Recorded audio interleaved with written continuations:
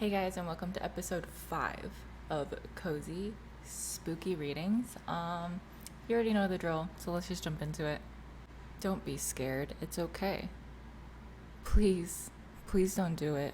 My voice trembled, eyes bloodshot and brimming with hot tears. Her eyes watered too, but they were filled with a rage, as if everything they saw was tinted in red. She held the tip of the knife to my throat. I felt the cold tip pinching into my skin. The knife trembled periodically, rhythmic against my quickened, pulsating vein. It seemed to be mocking me. Please, please stop this. You don't want this, I begged and pleaded at her face right in front of mine. Her eyes had a glazed look to them, as if she didn't even register any words I spoke, as if she barely registered my presence. Throw it down, please. Look away. Her face held a stone-cold expression, a sheen of sweat across her forehead. I could see the lines trembling ever so softly. I've known her for years. How could she do this to me? I've been there for her, for everything. Please, please stop. The desperation in my choked-up voice increasing with every syllable. She wouldn't budge with please. I had to appeal to her in some other way. I took a deep, shaky breath. It took a few for the tears to stop burning down my cheek. I wrote out the short gasps, praying she would wait for me to speak. Listen, it's okay. Just throw it down. Look away. Don't be scared. It's okay.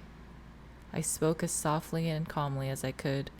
My legs were jelly and my vision was blurred. I didn't let my eyes leave her gaze, trying to gaze every little shift in expression.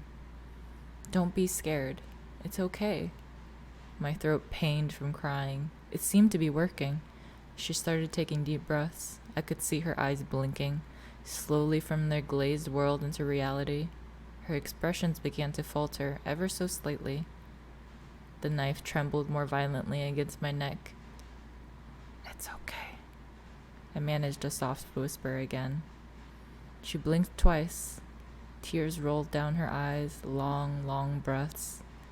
Hands still shaking, I put the knife down.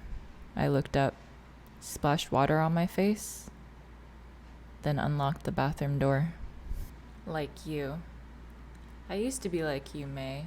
Young, pretty. Girls used to walk past, whispering their criticisms to their school friends. Empty, meaningless, jealous remarks. Now, when I watch them walk by in an endless stream of bright smiles and young bodies, they don't even look anymore. Oh, I used to be like you, May, but now I'm like them. Jealous like them. Jealous of you, May. I see the way you parade around in your short shorts. I see how you bend down in front of Mr. Ansley when you accidentally drop something because you're such a klutz, and you laugh and laugh and laugh. You see, I may have been like you once, May, but I was never that desperate. Never so cruel either.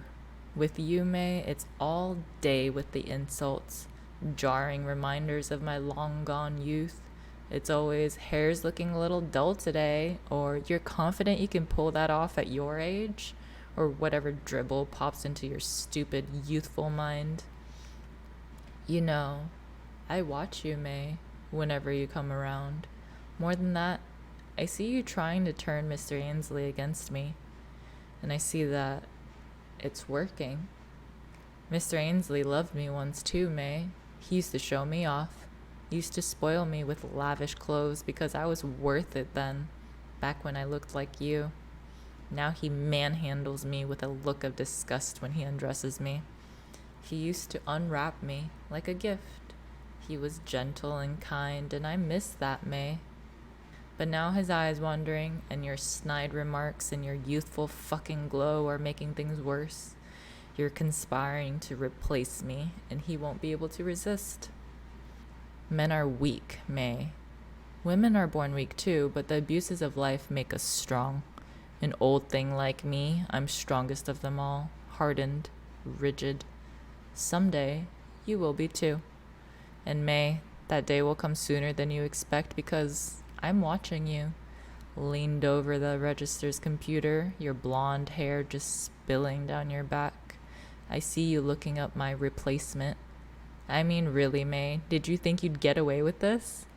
You're not the first to try. Your mannequin is so creepy, Mr. Ainsley, and I'm certain you won't be the last. I've been with Mr. Ainsley since he opened this shop. There's a reason I'm still here. One you're about to understand as my plastic joints creak to life. You turn, try to scream or run, but you're weak, May. You're pathetic, and you can't. I'm still here because I fight for what's mine. They'll find you on the floor tomorrow, May, and they'll find me up in the window where I belong. They'll find you beaten beyond recognition, beyond pretty. And you know what, May? Your body will be cold, and it'll be hard, and it'll be rigid. You'll be like me. Potato Boy. Hey, wanna stick your finger in my eye hole? Was the first thing Potato Boy ever said to me. I was so taken aback by the request that I accidentally did it too. He winked at me invitingly, and in went my finger. And just like that, we were friends. I spent the next few days sitting next to Potato Boy in class, wondering why we call him Potato Boy. He'd never introduced himself as such. Come to think of it, he'd never introduced himself at all. One day he just sat there and we all accepted it. Could it be the bumpy nature of his bald head, or his brown complexion, or the satisfying way his skin peeled back when we cut him with knives, or perhaps the dirty yellow color of his blood? Maybe it was the alluring call of his misshapen skull cavities? Jenny. Jenny.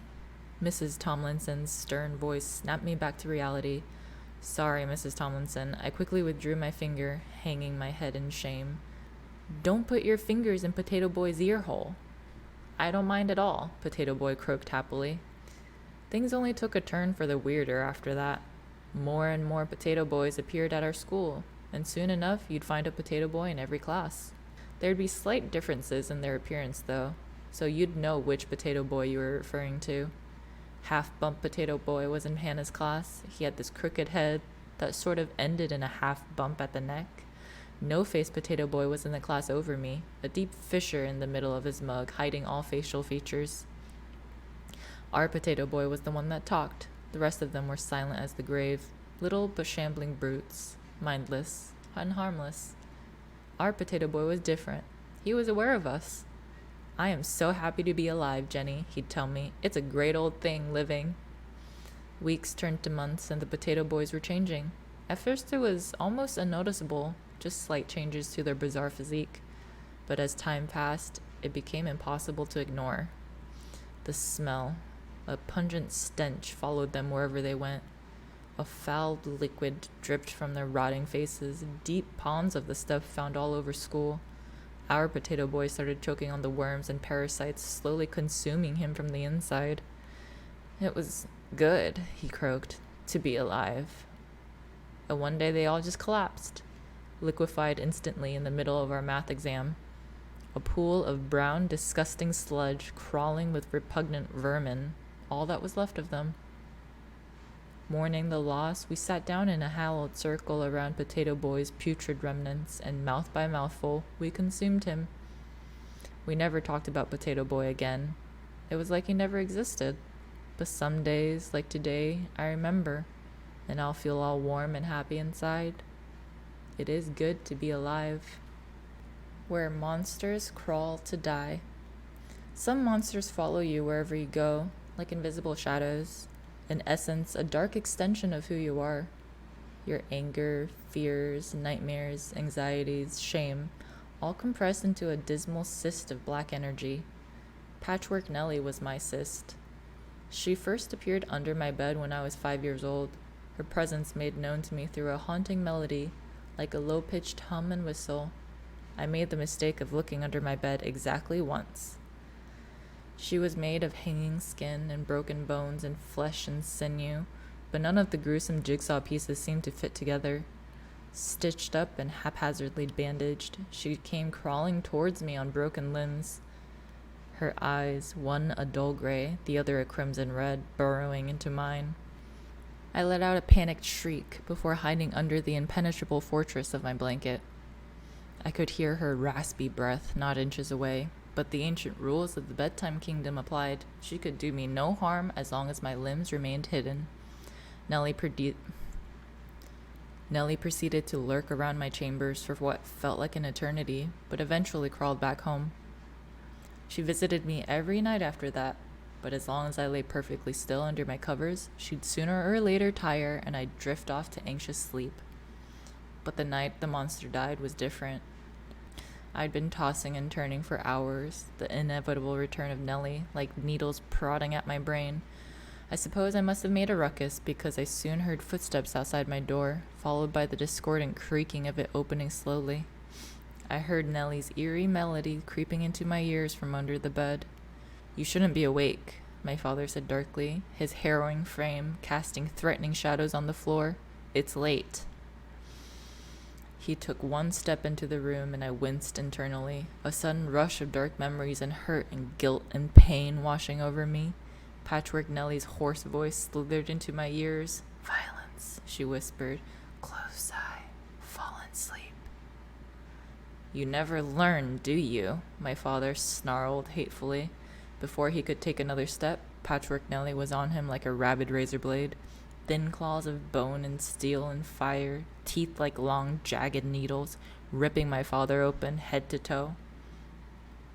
Blood soon covered the floor, walls, and ceiling, and my father's desperate screams faded to pathetic whimpers and sobs and tortured grunts. He started crawling then, wheezing, coughing, crying, a thick trail of blood following him like a relentless shadow of pain. He crawled back to the comfort of the darkness and the filth and the sludge and the scum. He crawled back, forgotten and alone. Crawled back to where monsters go to die. Patchwork Nellie returned under my bed, where she's been ever since. Sometimes, though, when I'm with someone new or in an unfamiliar place, I'll hear her sweet melody in the dark, and I'll know I'm safe. Thank you guys for tuning into episode 5, and I'll see y'all tomorrow.